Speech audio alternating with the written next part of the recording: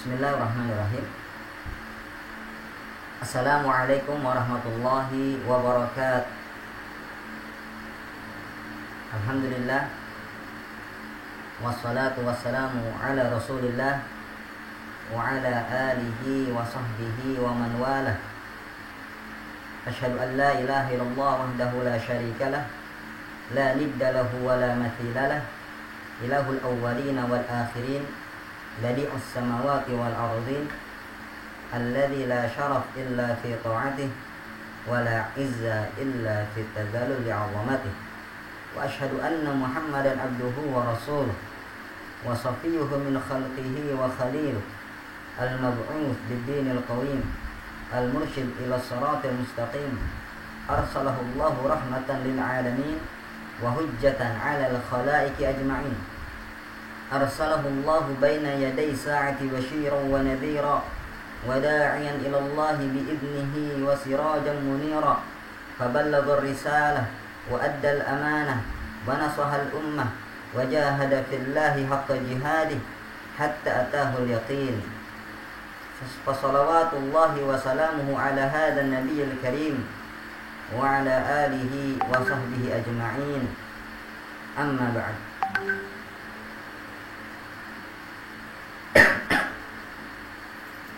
Alhamdulillah, marilah kita memuji kepada Allah Subhanahu wa ta'ala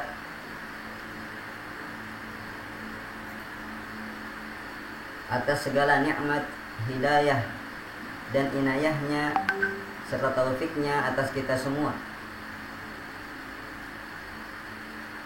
Oleh karenanya, tidak ada kata yang lebih patut kita ucapkan di awal perjumpaan ini melebihi pujian dan syukur kita kepada Allah Subhanahu wa ta'ala Rabbil Alamin. Yuk bersyukur kepada Allah Subhanahu wa ta'ala dengan hati kita, yaitu dengan mengakui semua nikmat ini datangnya dari Allah semata. Yuk bersyukur kepada Allah dengan lisan kita, yaitu dengan memperbanyak pujian dan syukur kepadanya.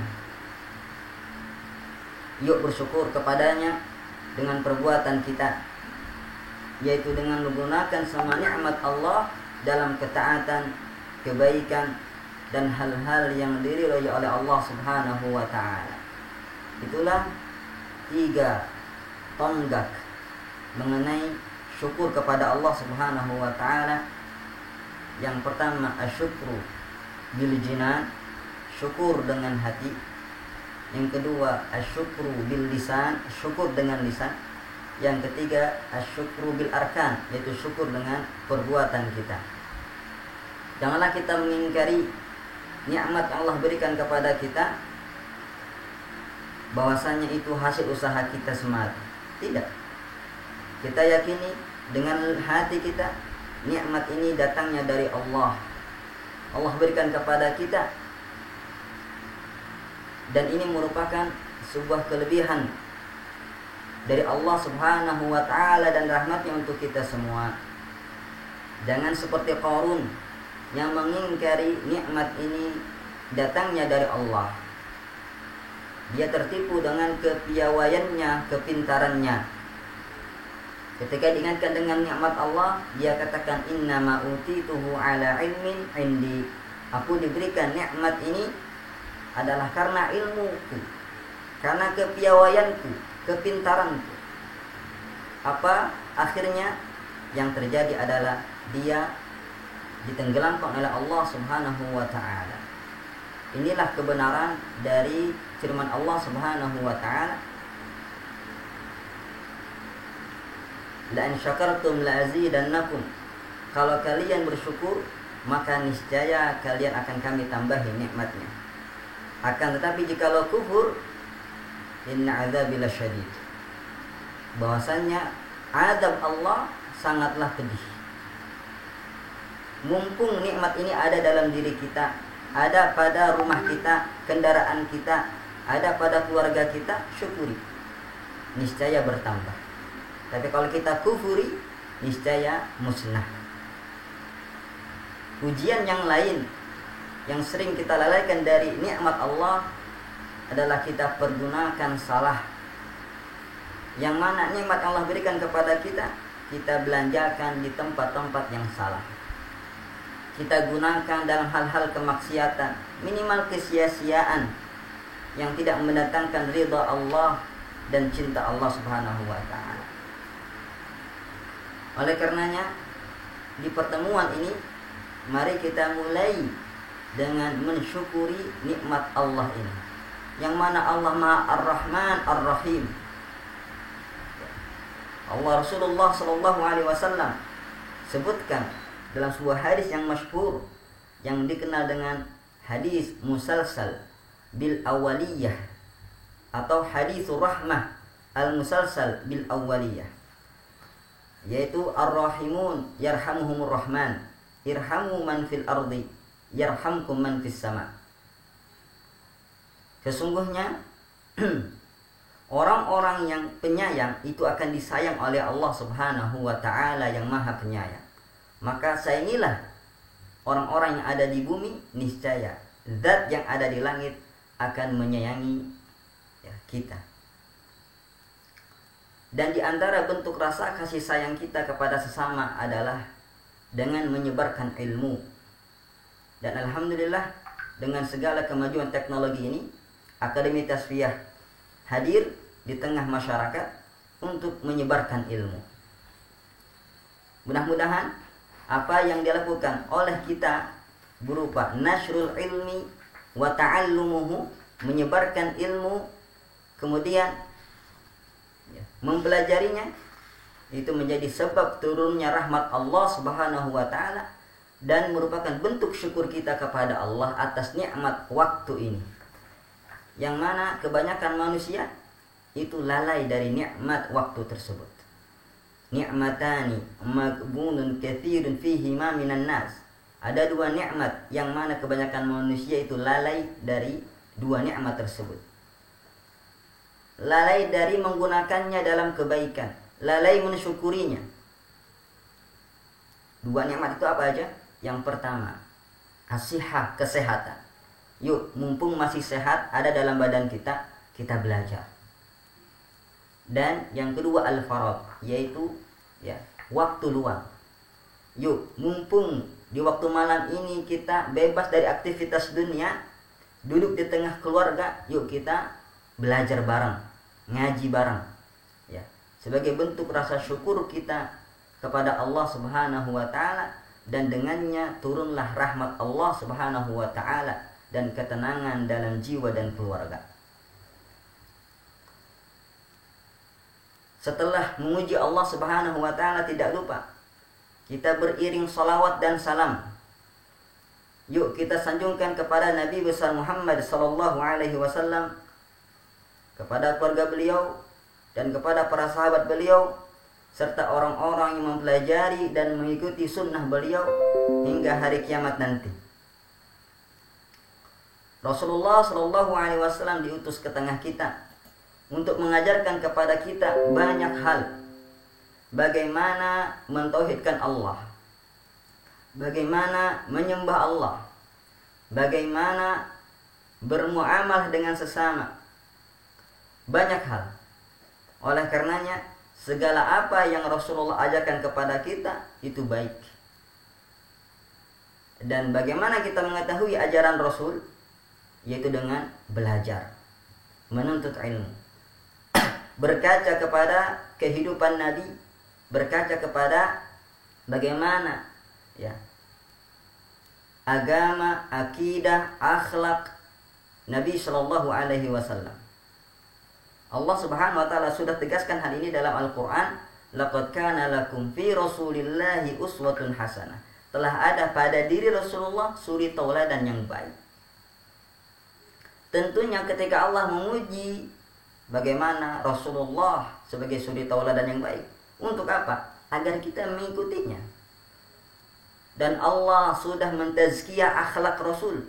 Wa innaka la'ala khuluqin azim. Sesungguhnya engkau wahai Muhammad berada di atas akhlak yang sangat mulia. Dan Rasulullah SAW menyampaikan kepada kita wahyu Allah, yang mana Allah sudah mentazkiyah lisan Nabi SAW wa ma yantiqu 'anil hawa in huwa illa wahyu yuha. Rasulullah sallallahu alaihi wasallam tidaklah berucap dengan hawa nafsu, tapi ia adalah wahyu yang datang dari Allah Subhanahu wa taala.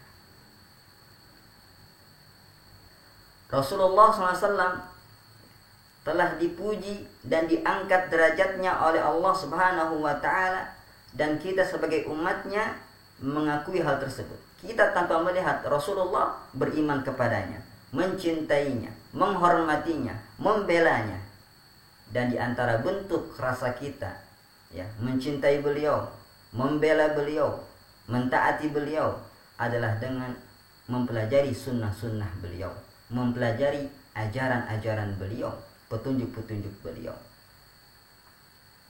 Jika pertemuan-pertemuan yang lalu kita sudah disajikan dengan kajian-kajian tauhid, kajian-kajian hadis Nabi, dan sekarang kita akan belajar salah satu elemen penting dalam kehidupan kita sebagai seorang muslim umat Nabi Muhammad sallallahu alaihi wasallam, yaitu aspek adab dan akhlak.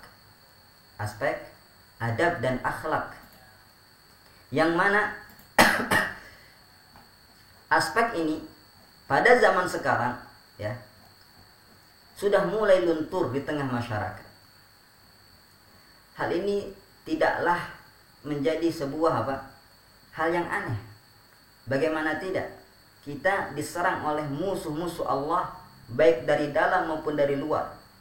Ditambah lagi perkembangan zaman, yang mana pada zaman sekarang teknologi sangatlah berkembang, sehingga kehidupan manusia pun turut banyak berubah.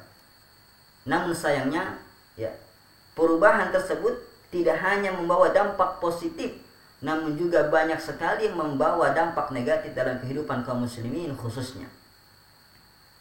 Jika kita perhatikan, banyak adab dan akhlak, nilai-nilai Islami yang mulai terkikis, terlupakan dari kehidupan kaum muslimin sendiri.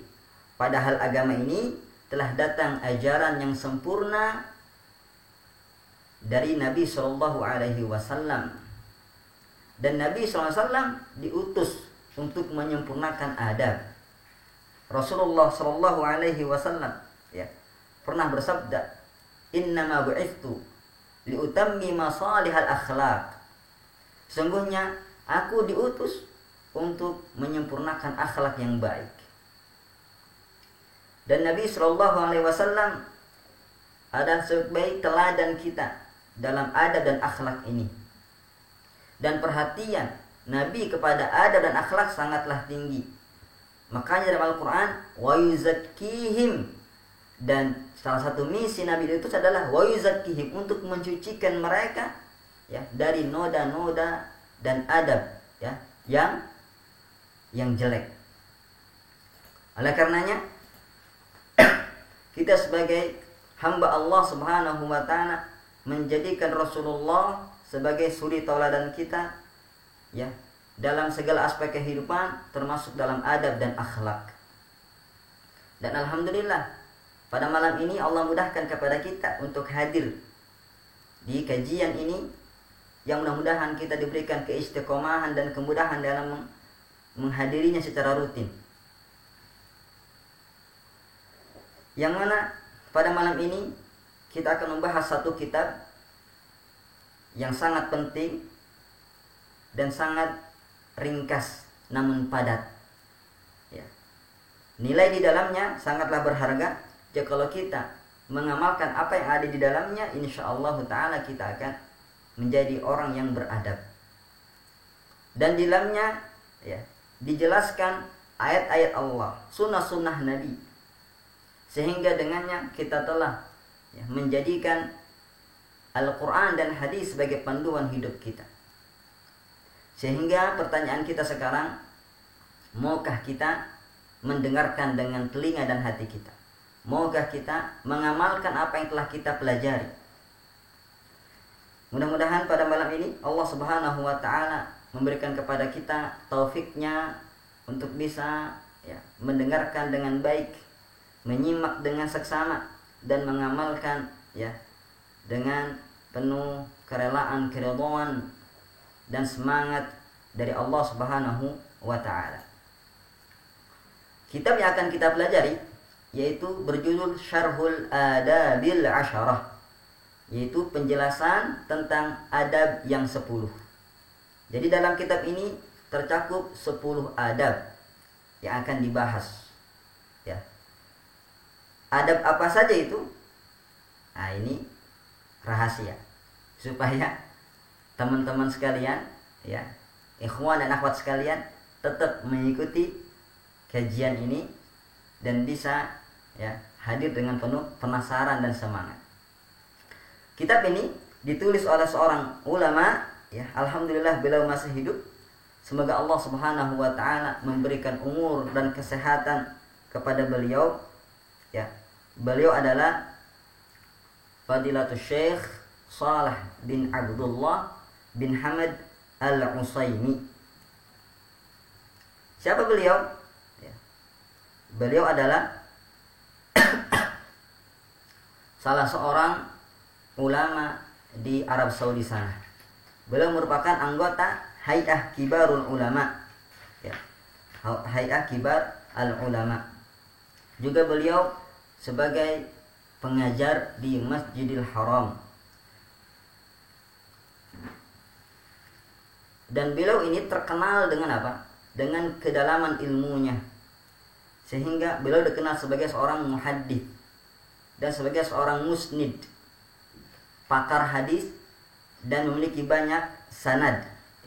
Dan beliau juga dikenal sebagai penulis yang sangat produktif.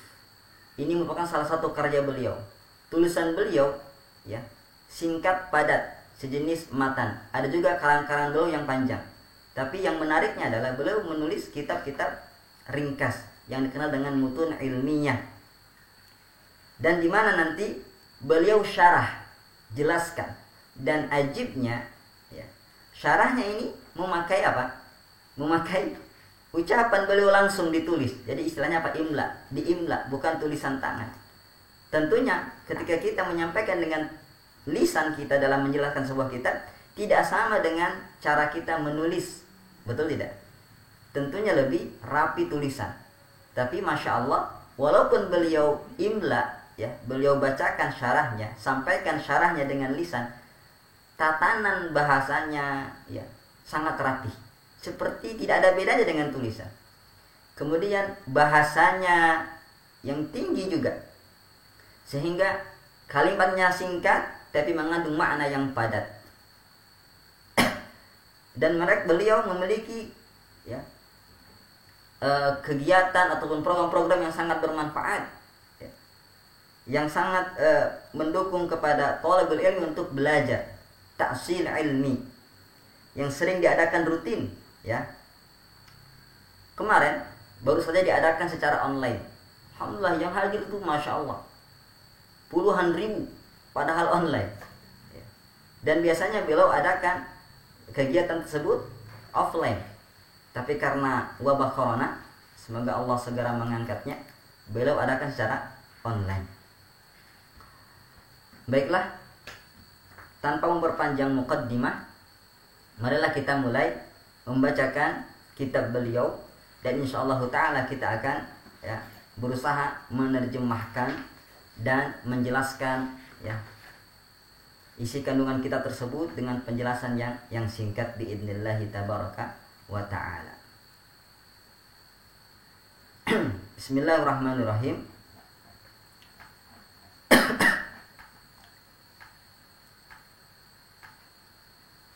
Qala al-musannif hafidhahullahu ta'ala waffaqahullahu ta'ala.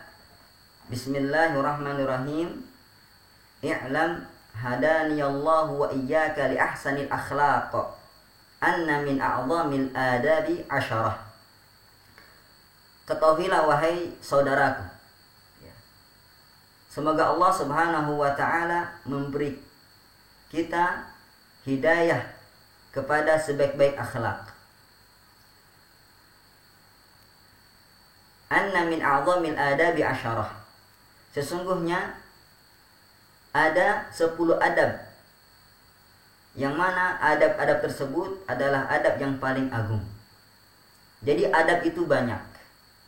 Para ulama sudah menulisnya dalam karangan yang khusus tersendiri. Ada nama ulama namanya Ibnu Muflih. Beliau menulis kitab Al-Adab Asy-Syar'iyyah, besar 5 jilid. Dan beliau menulis ini hanya memilih 10 adab di antara adab-adab yang banyak tadi. Kenapa? Karena adab ini disifati dengan sifat yang paling agung. Ya. Qala asy-syarihu waffaqahullah, berkata pensyarah, waffaqahullah, semoga Allah memberikan beliau taufik, yaitu Syekh Saleh sendiri. Jadi beliau menulis matannya sendiri dan beliau pun mensyarahnya sendiri. Menulis matan dengan tulisan tangan, sedangkan syarahnya dengan lisan. Kemudian sebagian muridnya ya mentafrig, memindahkan rekaman ya berbentuk suara ke berbentuk tulisan. Inilah hasilnya. Jadi apa yang dibacakan ini adalah hasil rekaman kajian beliau ya di salah satu program beliau terhadap kitab ini. Ibtada al-musannifu waffaqahullahu risalatahu bil basmalati muqtasiran 'alaiha. Penulis memulai tulisan ini ya dengan mengucapkan basmalah. Muqtasiran 'alaiha ya, terbatas hanya bismillah saja yang beliau tulis. Tidak ada tambahan tahmid kepada Allah ataupun sholawat kepada Allah. Ya. Alasannya apa? Ittiba'an lil waridi fi sunnatin nabawiyyati fi mukatabatihi wa rasailihi sallallahu alaihi wasallam ilal muluki wat tasanifu tajri majroha. Karena beliau ingin mengikuti apa yang dilakukan oleh Nabi sallallahu alaihi wasallam ketika Rasulullah sallallahu alaihi wasallam menyurati para raja, menyurati para pemimpin penguasa pada zamannya.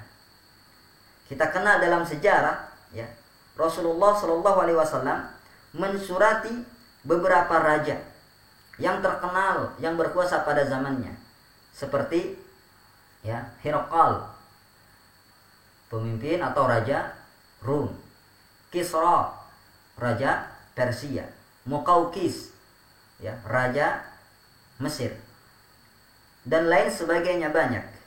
Dan Rasulullah dalam surat-suratnya tersebut menulis Bismillahirrahmanirrahim di awal surat-suratnya. Tidak ada pujian kepada Allah, tidak ada salawat kepada Rasulullah, hanya Bismillahirrahmanirrahim. Min Muhammadin abdillahi wa rasulih, dari Muhammad seorang Rasul Allah dan hambanya, ila Herakl azimir Rum ya, kepada Herakl azimir Rum. Kemudian beliau menegaskan watasanifu tajri majroha, maka tulisan-tulisan pun ya, karangan-karangan berupa tulisan kitab juga mengikuti sunnah Nabi ini, yaitu mencukupkan diri dengan Bismillahirrahmanirrahim. Ini alasan beliau. Di sana ada alasan yang lain ya, yang tidak disebutkan oleh beliau dan disebut oleh ulama-ulama yang lain, yaitu apa? Karena dengan menyebut Bismillahirrahmanirrahim itu sudah cukup. Di dalamnya terkandung pujian kepada Allah Subhanahu wa ta'ala ya, jadi tidak perlu lagi alhamdulillah, karena ketika kita ucapkan Bismillahirrahmanirrahim kita sudah mengagungkan, memuji Allah Subhanahu wa ta'ala. Kemudian musannif melanjutkan, thumma dzakara anna min a'zamil adabi 'asharah wal adabu katsiratul adad mutafarriqatul abwab wal ma'dudu minha fi hadhihi ar-risalati 'asharah khussat bil 'addi litisafiha bil a'zamiyyah wa hiya bulughuha ghayatal ahammiyah. Kemudian beliau menyebutkan bahwa ada 10 adab ya, dari adab-adab yang paling agung. Dan sungguh adab itu jumlahnya banyak dan juga bab-babnya banyak. Akan tetapi yang beliau sebutkan dalam kitabnya ini hanya 10. Kenapa hanya 10? Karena ya 10 adab ini memiliki sifat a'zamiyah, keagungan. Apa itu keagungan? Yaitu yang terkandung di dalamnya urgensi dan nilai-nilai yang sangat berharga dan mencapai puncaknya. Wa wusifatil adabu al-asharatu al-madhkuratu fiha bi annaha min a'dhamil adabil amrayn. Kenapa 10 adab ini dikatakan sebagai adab-adab yang paling agung? Kenapa disifati sebagai adab yang paling agung? Karena ada 2 hal, ada 2 sebab. Beliau sebutkan ahaduhuma, yang pertama al-i'tina'u biha syar'an.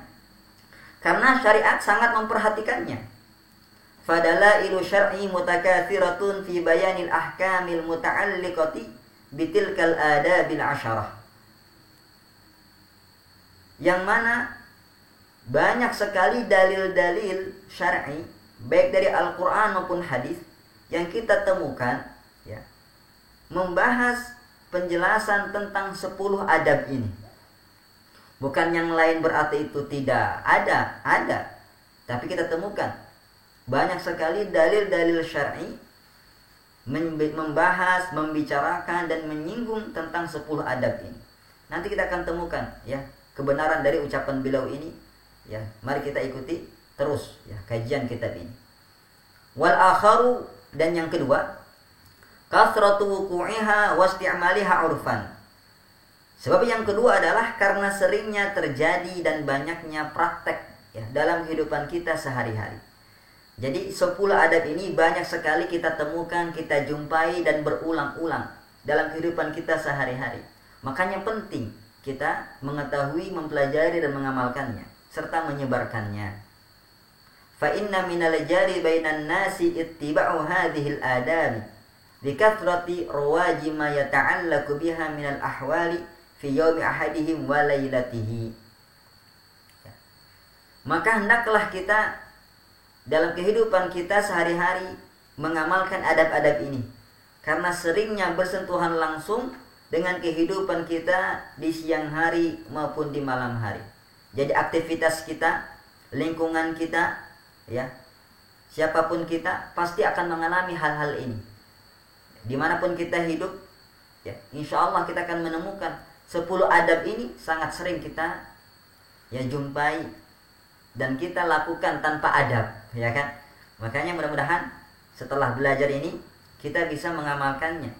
Kenapa? Karena sesuatu yang sering kita jumpai dan kita amalkan, maka akan mudah teringat dan menjadi kebiasaan. Wal adabu jam'u adabin wa huwa ma humila syar'an aw 'urfan. Kemudian Syekh menjelaskan definisi adab. Karena judulnya tadi apa? Syarhul adabil asyarah. Jadi bagus kita mulai dengan definisi apa itu adab. Jadi adab adalah bentuk jamak dari adab, dari kata adab. Ini bahasa Arab. Artinya apa? Ma humida syar'an aw 'urfan, yaitu segala sesuatu yang terpuji, baik secara syariat maupun secara adat. Jadi secara syariat ini dipuji, dan secara adat di kita pun di masyarakat itu juga dipuji. Jujur misalkan, nggak mungkin ada masyarakat mengatakan jujur itu tercela, kan? Kemudian makan, memakai tangan kanan, itu nggak ada satupun orang mengatakan apa itu tercela, pasti terpuji. Menutup aurat itu terpuji, nggak mungkin yang bagus, yang benar adatnya akan mencelanya ketika orang menutup aurat. Fal mahmudatu syar'iyyah wal 'urfiyyah tusamma adaban wa haqiqatuha hisalul khair. Maka semua hal yang terpuji secara syariat maupun adat disebut adab. Dan hakikat dari adab adalah hisalul khair, yaitu segala perangai watak yang baik. Kemudian wa yusamma al mutahalli biha muaddaban wa yusafu bi annahu dzu adabin. Dan orang yang berhias dengan adab-adab tersebut, yang mengamalkan adab-adab tersebut disebut dengan muaddab, orang yang beradab. Dan juga disifati dengan apa? Orang yang beradab, dzu adab, orang yang memiliki adab. Makanya kita sering dengar, oh anak ini ya, memiliki adab yang baik. Oh, anak ini beradab dengan adab yang baik. Ya, ada pujian masyarakat seperti itu. Wa wajhu na'tihi bidzalika ijtima'u khisalil khairi fihi. Dan kenapa disifati dengan hisalul khair, dengan segala perangai yang baik? Karena di dalamnya terkumpul kebaikan-kebaikan, perangai-perangai yang baik dalam adab tersebut. Jadi seorang disifati dengan zu adabin atau mu'addab karena di dalamnya terkumpul perangai, watak, dan adab yang baik. Dzakarahu Ibnu Qayyim fi Madarijis Salikin. Dan hal ini telah dijelaskan, disebutkan oleh Ibnu Qayyim dalam kitab fenomenal beliau Madarijus Salikin, ya, fi manazili iyyaka na'budu wa iyyaka nasta'in, ya. Itu nama lengkap kitab beliau. Yang mana kitab ini menjelaskan, ya, tentang adab, ya, tentang tazkiyatun nafs, yaitu kitab syarah terhadap kitab karangan Al-Imam Al-Harawi, ya, rahimahumullahu tabaraka wa ta'ala. Wal aslul wathiqul ladzi tubna alaihi al-adabu amran, ya. Dan timbangan yang paling kokoh dan timbangan yang paling pokok yaitu adalah ketika adab, ya, dibangun di atas dua perkara. Jadi adab yang baik itu adalah adab yang ditimbang dan yang dibentuk oleh dua hal. Yang pertama, ahaduhuma al-ahkamu syar'iyyah, yaitu hukum syariat, wal akharu al-a'raful mar'iyyah. Yang kedua itu adalah kebiasaan dan adat. Fataratan yustamaddul adabu min dalil syar' wa taratan yustamaddu al-adabu min da'il 'urf. Terkadang adab itu diambil dari dalil-dalil syariat, Al-Quran, hadis. Dan terkadang adab diambil dari uruf, adat kebiasaan masyarakat. Tentunya masyarakat yang bagus urufnya, ya, bukan yang sudah rusak kebiasaan mereka. Wan naz'u min hadainil mawridaini huwa asfal mawaridi fi ta'yinil adab wa bayani ma yata'allaqu biha. Maka, ya, dua sumber ini merupakan sumber yang paling jernih, yang paling murni untuk, ya, menentukan adab yang baik. Jadi kalau mau mencari adab, belajar adab, maka ambillah dari dua sumber ini. Dan penjelasan terhadap apa yang terkait, ya, dalam masalah adab juga diambil dari dua sumber ini. Wahuma sabiqani lima akabba alaihi nasu bi akharatin mimma istahsanuhu min ta'alifi ahli syarqi wal gharbi awil gharbi min ghairil muslimin wasammauhu burtukula au itikita au ghairi dhalika min al asma'il lati ja'aluha lahu. Dan dua dasar pokok ini adalah sebaik-baik timbangan dan sumber dalam mencetak dan membentuk adab karakter, ya, agar seseorang itu memiliki adab dan akhlak yang agung. Dan tentunya dua hal ini telah mendahului kaum muslimin, ya, dalam pembentukan karakter dan adab seseorang dibandingkan dengan tulisan-tulisan orang barat, ya, yang sering kita dengar dieluk-elukan oleh umat manusia zaman sekarang. Jadi mereka menyangka bahwasanya adab-adab ini itu yang membuat adalah orang-orang barat, ya, orang-orang timur. Tidak. Akan tetapi kaum muslimin lah yang pertama kali memiliki adab, yang mengajarkan adab, yang mempraktekkan adab. Yang mana orang-orang zaman sekarang itu sering mengistilahkan adab dengan apa? Protokol atau etika, ya, protokol atau etika. Atau apapun itu namanya, kata Syekh, katanya ja'aluha lahu, yang mereka namakan hal tersebut. Akan tapi ingat, fa inna ma yujadu fid dalailil syar'iyyati wal a'rafil mar'iyyati allati nash'at 'alaiha hadhihi al-ummatul islamiyyah arfa'u wa a'la mimma yujadu fi ghairiha. Dan tentunya apa yang sudah dibawa oleh syariat Islam ataupun kebiasaan dan adat yang dilakukan oleh umat Islam, ya, yang berkembang, tumbuh hingga sekarang, itu lebih mulia dan lebih tinggi derajatnya dibandingkan yang dimiliki selain mereka, yang diambil dari orang-orang barat. Jadi umat Islam seharusnya pede, harus percaya diri, ya, untuk mengamalkan adab-adab yang diajarkan oleh syariat kita. Sudah cukup, nggak perlu lagi kita memperhatikan orang-orang barat dalam, ya, adab. Sering kali orang mengatakan orang barat lebih disiplin. Dalam Islam ada kedisiplinan. Orang sering kali bilang orang barat lebih rajin. Dalam Islam ada kerajinan. Cuma kita yang belum bisa mungkin mengilmuinya, belum bisa mengamalkannya, sehingga menyangka sifat-sifat baik ada pada orang barat. Padahal semua sifat yang baik dan sempurna ada dalam Islam. Makanya gak mungkin Allah mengatakan al-yauma akmaltu lakum dinakum wa atmamtu alaikum ni'mati wa raditu lakumul islam madina. Gak mungkin Allah mengatakan ini kalau agama Islam gak sempurna. Jadi kalau masalah adab diambil dari orang kafir. Masalah akidah Islam gak seperti itu. Mau akidah, mau adab, ya, mau ibadah, semuanya diambil dari Islam. Fahakikun bil mutahallina bil ilmi an yatahaqqaqu fi babil adabi bi amrayn. Ini yang penting yang akan kita singgung, ya. Yaitu apa?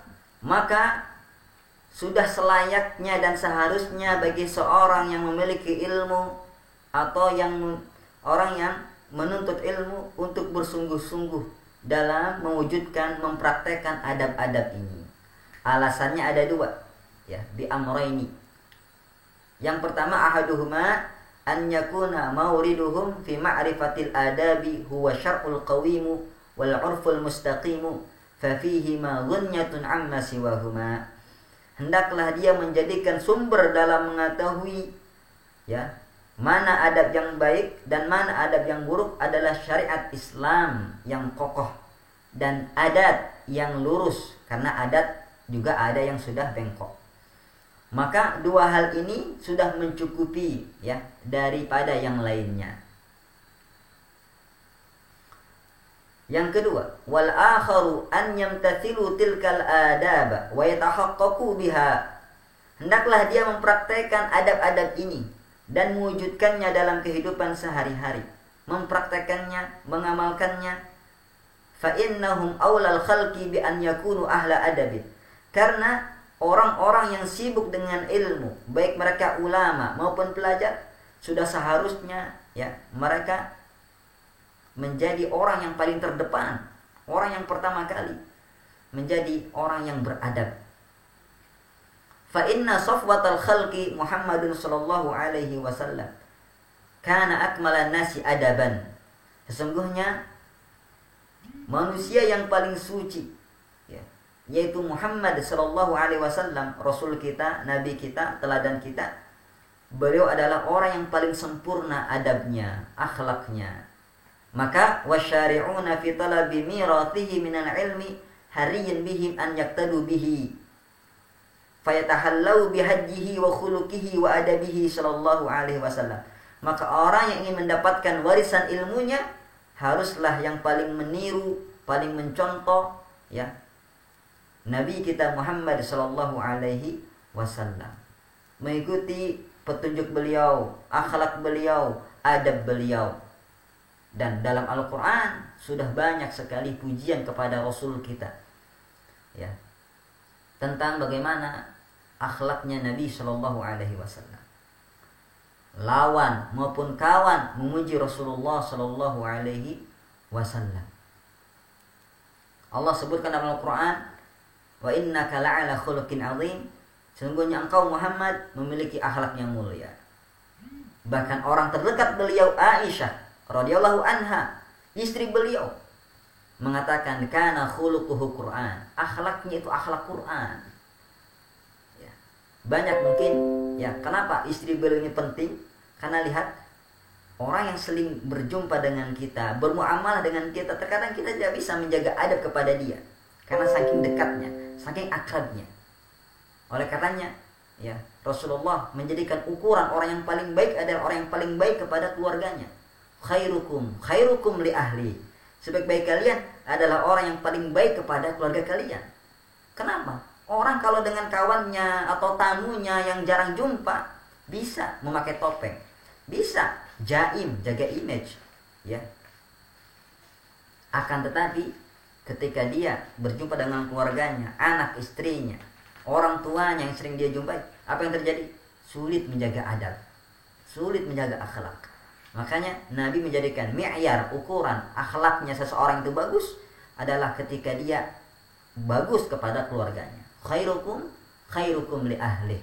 Baik-baik kalian adalah yang paling baik kepada keluarga kalian. Wa ana khairukum li ahli, dan aku yang paling baik kepada keluargaku, kata Nabi Shallallahu alaihi wasallam. Masya Allah, ini adalah muqaddimah yang dibawakan oleh beliau, mengandung banyak faidah kepada kita. Hendaklah kita, ya, sebagai talibul ilmi mendahulukan adab daripada ilmu. Banyak ulama salaf kita sangat perhatian kepada adab ini, ya. Sering kita lalai dalam masalah adab dan akhlak. Para salaf terdahulu mengarahkan murid-muridnya untuk mempelajari adab dahulu sebelum belajar, ya, sebelum kita mencari ilmu. Imam Malik rahimahullah ta'ala pernah berkata kepada seorang pemuda Quraisy, ta'allamil adab qabla an tata'allamal ilma. Pelajarilah adab dahulu sebelum engkau pelajari ilmu.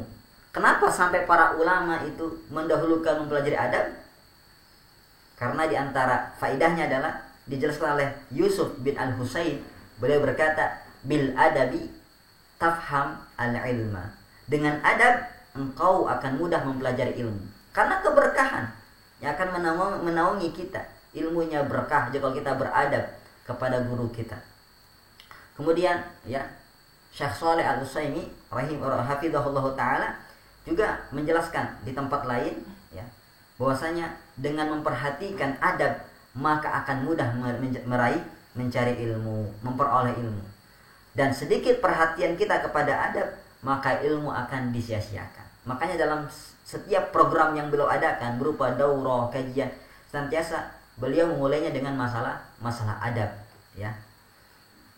Jadi jangan aneh jikalau salah satu kajian kita adalah masalah adab. Para ulama dahulu pun sudah memperhatikan masalah ini.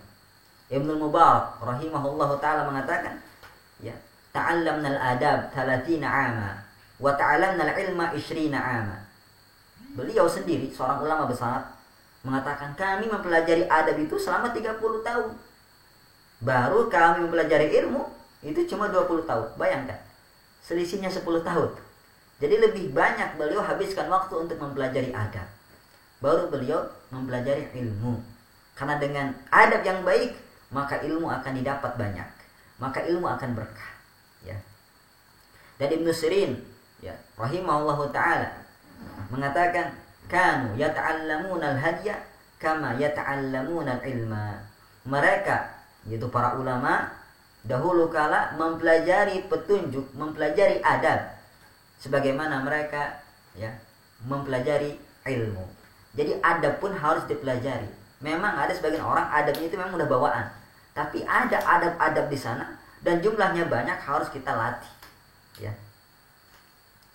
Dan kita zaman sekarang apalagi, ya, di mana nilai-nilai adab seperti yang saya singgung di awal tadi mulai terkikis, mulai aneh, mulai menjadikan orang barat sebagai kiblat untuk adab. Padahal, ya, Ibnu Mubarak juga sudah mengatakan kepada kita dalam ucapannya yang lain, nahnu ila kathirin minal adabi ahwaju minna ila kathirin min hadis.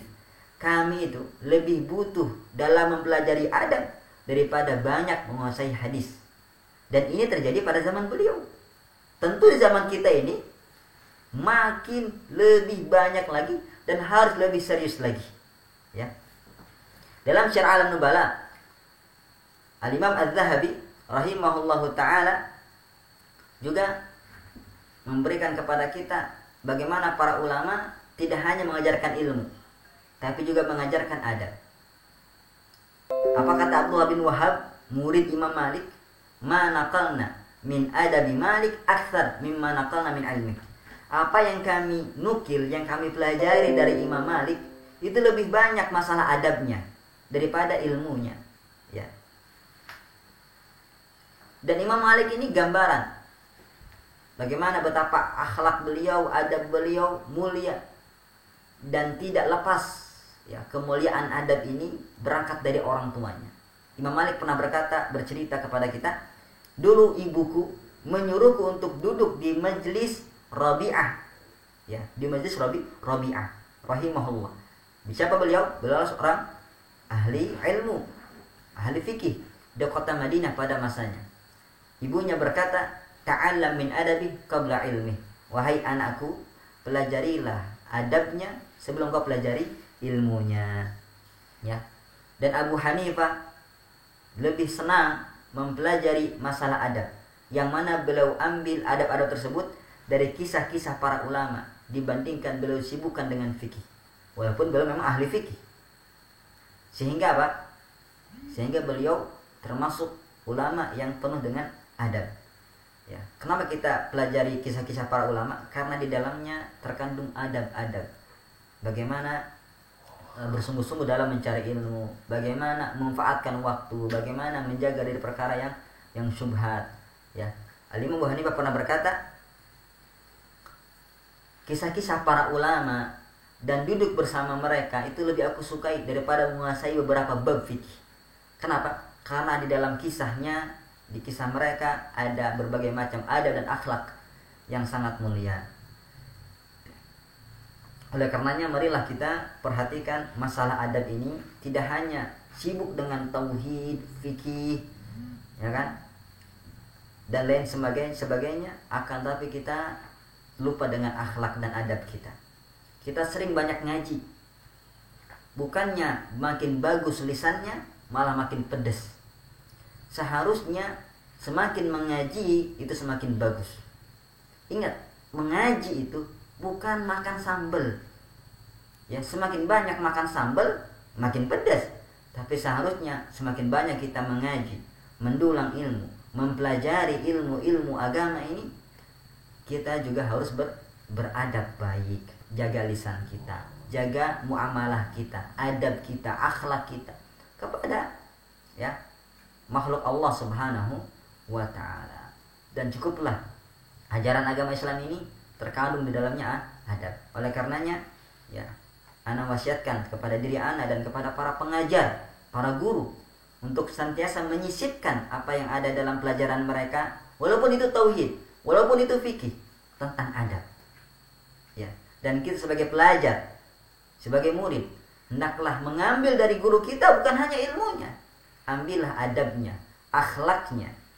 Bayangkan, yang hadir di majelis Imam Ahmad, Imam Malik, Imam Bukhari, Imam Syafi'i, itu ribuan orang. Tapi apakah mereka di sana mempelajari, mengambil cuma hadisnya, fikihnya, tauhidnya? Tidak. Yang mereka ambil juga akhlaknya, ya. Mudah-mudahan apa yang bisa disampaikan pada malam ini bisa menjadi motivasi kita untuk senantiasa beradab mulia dan berakhlak mulia. Kenapa? Karena, ya, adab yang baik merupakan akhlak yang baik juga. Dan semua keutamaan tentang akhlak ada pada adab, ya, ada pada adab. Dan kita tahu, ya, keutamaan akhlak itu sangatlah banyak. Di antaranya apa? Orang yang berakhlak mulia, maka dia akan menjadi orang yang paling dicintai oleh Rasulullah SAW. Tidak hanya itu, dan paling dekat majlisnya dengan Rasulullah SAW. Kata beliau, inna min ahabbikum ilayya wa aqrabakum, ya, minni majlisan yaumal qiyamah ahasinukum akhlaqa. Sesungguhnya orang yang paling aku cintai di antara kalian dan yang paling dekat majlisnya denganku di hari kiamat adalah mereka yang paling bagus akhlaknya, yang paling bagus adabnya. Bahkan dengan akhlak yang mulia, adab yang mulia, seseorang bisa menyamai derajat kedudukan orang yang rajin sholat, yang rajin puasa. Hal ini dikabarkan oleh Nabi kita Muhammad sallallahu alaihi wasallam dalam hadisnya, innal mu'min la yudriku bi husni khuluqihi darajatas shaim al-qa'im. Sungguhnya seorang mukmin dengan bagusnya akhlaknya, adabnya, maka akan mencapai derajat orang yang rajin puasanya dan yang rajin sholat malamnya. Masya Allah.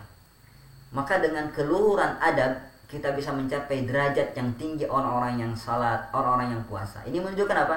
Menunjukkan bahwasannya ya orang yang salat, orang yang puasa itu derajatnya tinggi. Dan kita mungkin tidak bisa melaksanakan puasa sesering orang yang sering berpuasa. Kita bisa melaksanakan salat malam seperti orang yang melaksanakan salat malam, ya. Akan tetapi dengan akhlak yang baik, insya Allah kita bisa mencapai derajat mereka. Dan tentunya ya, satu kabar gembira dari Nabi tentang keimanan seorang mukmin. Patokannya apa? Iman kita sempurna nggak sempurna? Kata Nabi, akmalul mu'mina imanan ahsanuhum khuluqa. Iman seorang mukmin yang paling sempurna adalah ketika dia bagus akhlaknya. Jadi mukmin yang paling sempurna imannya adalah yang paling bagus akhlaknya. Ya. Oleh karenanya sungguh sangat aneh kalau kita sering ngaji tauhid ternyata akhlak kita buruk. Aneh. Ini bagaimana? Maka kita perlu koreksi. Ngaji kita ini bagaimana? Ya, perlu kita koreksi. Ya, keikhlasan kita. Ya, sejauh mana kita menjadikan Allah sebagai ya pengawas kita. Tentunya orang mukmin, kenapa dikatakan akhlak yang baik itu sempurnanya iman? Karena dia merasakan pengawasan Allah. Karena dia tahu Allah akan menghisab dia atas segala apa yang diucapkannya, apa yang dilakukannya. Jadi ketika imannya sempurna, tauhidnya sempurna, maka akhlaknya akan tergambar. Ya, Masya Allah. Mudah-mudahan Allah Subhanahu Wa Taala memberikan kita taufik dan hidayahnya untuk senantiasa menjadi hambanya yang bagus imannya dan yang bagus akhlaknya. Amin ya rabbal alamin. Mudah-mudahan apa yang dipelajari ini bisa berbuah amal dan memotivasi kita untuk beradab dan mempelajari adab. Sekali lagi, adab butuh dipelajari. Setelah dipelajari, butuh pengamalan. Setelah pengamalan, butuh pembiasaan. Insya Allah, ya Allah pun suka sama kita dan manusia pun senang sama kita. Biidnillahi tabaraka wa ta'ala. Silakan, ya jika ada pertanyaan, insya Allah kita akan jawab pertanyaan tersebut biidnillah. Silakan untuk menulis pertanyaan di kolom komentar ya di YouTube ataupun di Instagram. Insya Allah akan dibacakan oleh operator kita.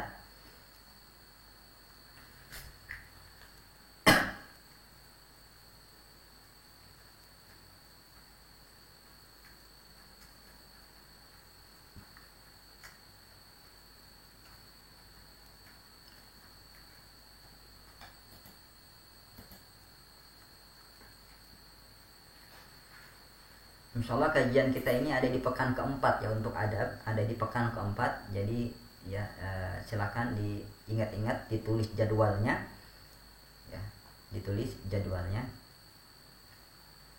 di pekan keempat setiap bulan biidznillah. Baik, alhamdulillah berarti tidak ada pertanyaan, ya berarti paham ya kan, masya Allah. Jazakumullahu khairan. Di penghujung ini ya marilah kita berdoa kepada Allah Subhanahu wa taala agar diberikan ilmu yang bermanfaat dan amal soleh yang diterima. Allahumma alimna ma yanfa'una wanfa'na bima 'allamtana. Rabbana zidna ilman warzuqna fahma. Ya muallima Daud alimna, ya mufahhima Sulaiman fahimna. Allahumma la ilma lana illa ma 'allamtana innaka antal alimul hakim. Subhanakallahumma wa bihamdik asyhadu an la ilaha illa anta astaghfiruka wa atubu ilaik. Assalamualaikum warahmatullahi wabarakatuh.